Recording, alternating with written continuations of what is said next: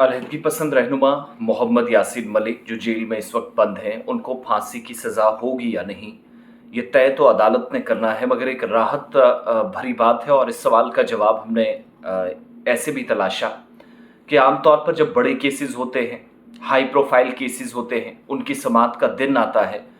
तो कुछ ना कुछ ज़रूर अदालतों के अंदर घटता है। या किसी जज की मुद्दत ख़त्म हो जाती है और अगर उसने फैसला सुनाना हो, करीब हो, तो उस जज की मुद्दत में तौसी कर दी जाती है।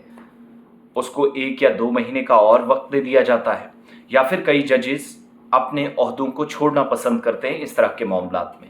यहाँ जो बहुत सारे लोग जो चाहते हैं कि यासीन मलिक को फांसी ना हो,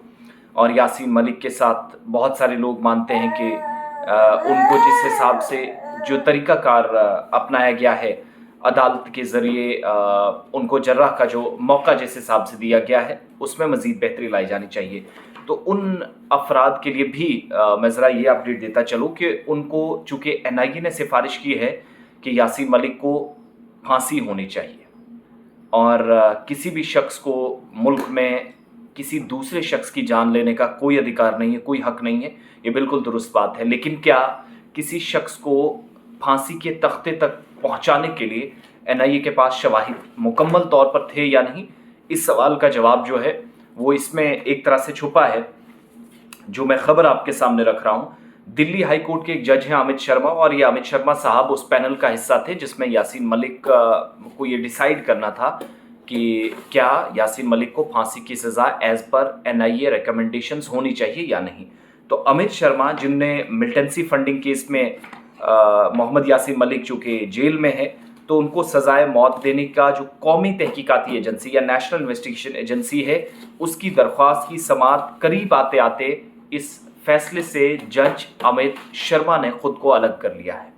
एक बात तो क्लियर है। दूसरी बात, इस तरह के मामलात को संभालने वाले जो जज हैं उनकी फहरिस्त में तब्दीली की वजह से ये मुकदमा जस्टिस प्रतिभा M सिंह की सरबराही में डिवीज़न बेंच के सामने पेश किया गया था। इसके अलावा जस्टिस प्रतिभा सिंह ने ये भी कहा कि 9 अगस्त को इस केस में एक और बेंच के सामने केस पेश करेंगे जिसमें जस्टिस शर्मा भी मेंबर होंगे। तो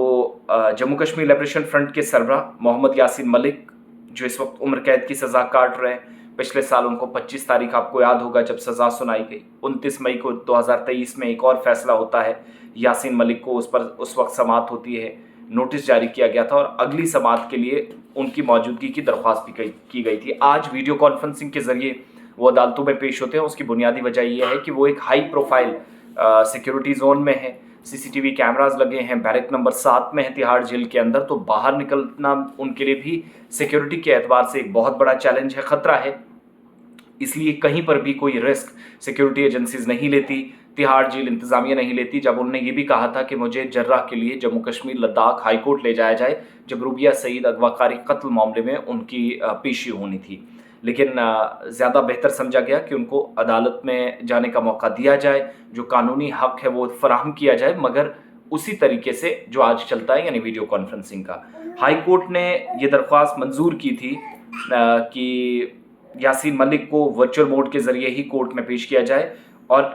24 मई 2022 को एक ट्रायल कोर्ट ने यासीन मलिक को, जो गैर कानूनी सरगर्मियां रोकथाम एक्ट या अनलॉफुल प्रिवेंशन एक्टिविटीज़ एक्ट कहलाता है और इंडियन पेनल कोड के तहत मुजरिम करार दिया था, उन्हें उम्र कैद की सज़ा सुनाई थी। लेकिन NIA ने उम्र कैद की सज़ा के खिलाफ बाद में अपील की और यासीन मलिक को सज़ाए मौत सुनाई जाए, इसकी सिफारिश करते हुए कोर्ट में एक और एप्लीकेशन इस पर दाखिल की गई। बहरहाल ये मामला एक बड़े ही इंटरेस्टेड मोड पे पहुंच चुका है, क्योंकि दिल्ली हाई कोर्ट के जज अमित शर्मा, जो इस केस में बड़े कलीदी जो शख्स थे, वो इससे अलग हो गए हैं। अब इस केस में क्या होगा, बाज़ मुबसरीन की ये राय है कि पैनल नए सिरे से तश्कील दिया जाएगा और मैक्सिमम लोग इस तरह की केसेस से बचते हैं कि जहां पर कुछ सवालात हों, कुछ कंट्रोवर्सीज हों, इस तरह के केसेस। और वैसे भी मुल्क और रियासत मुखालिफ काम करने का इल्ज़ाम यासीन मलिक पर, फिर 5 सिक्योरिटी एहलकारों को कत्ल करने का इल्ज़ाम उस वक्त के होम मिनिस्टर मरहूम मुफ्ती मोहम्मद सईद साहब की बेटी को या रूबिया सईद को अगवा करना, इस तरह के संगीन नौयत के केसेस जो हैं वो इन पर लगे हैं। बहरहाल इसमें फर्दर क्या होगा ये देखना होगा। 9 अगस्त को अगली समाअत है, केस में दोबारा उनको पेश किया जाएगा, मगर फिलहाल जस्टिस जो जज हैं अमित शर्मा, वो इस केस से अलग हो गए हैं। اور یہ मैं अपडेट उस वक्त आपको दे रहा हूँ, आज 13 जुलाई भी है, 13 जुलाई यानी यौम शोहदा है, और हैवी डिप्लॉयमेंट कर दी गई यौम शोहदा के आसपास, क्योंकि कुछ लीडरान ने, जहाँ पर पहले सरकारी फंक्शन होता था, अब लीडरान को ज़ाती तौर पर भी अपनी जो इंडिविजुअल कैपेसिटी में जाना चाहे उसको भी इजाज़त नहीं दी जाती। तो कदगनें सुबह सुबह फिर से लगा दी गई हैं, और इन्हीं सब मामलात के बीच यासीन मलिक के लिए थोड़ी सी राहत की बात यह है कि वो जो पैनल का हिस्सा शर्मा साहब थे वो फिलहाल अलग हुए हैं। अब जब तक अगला मेंबर आता है फिर बहुत सारी चीज़ें कानूनी एतबार से पीछे चली जाती हैं, क्योंकि ये आसान बात या मामूली बात तो है नहीं कि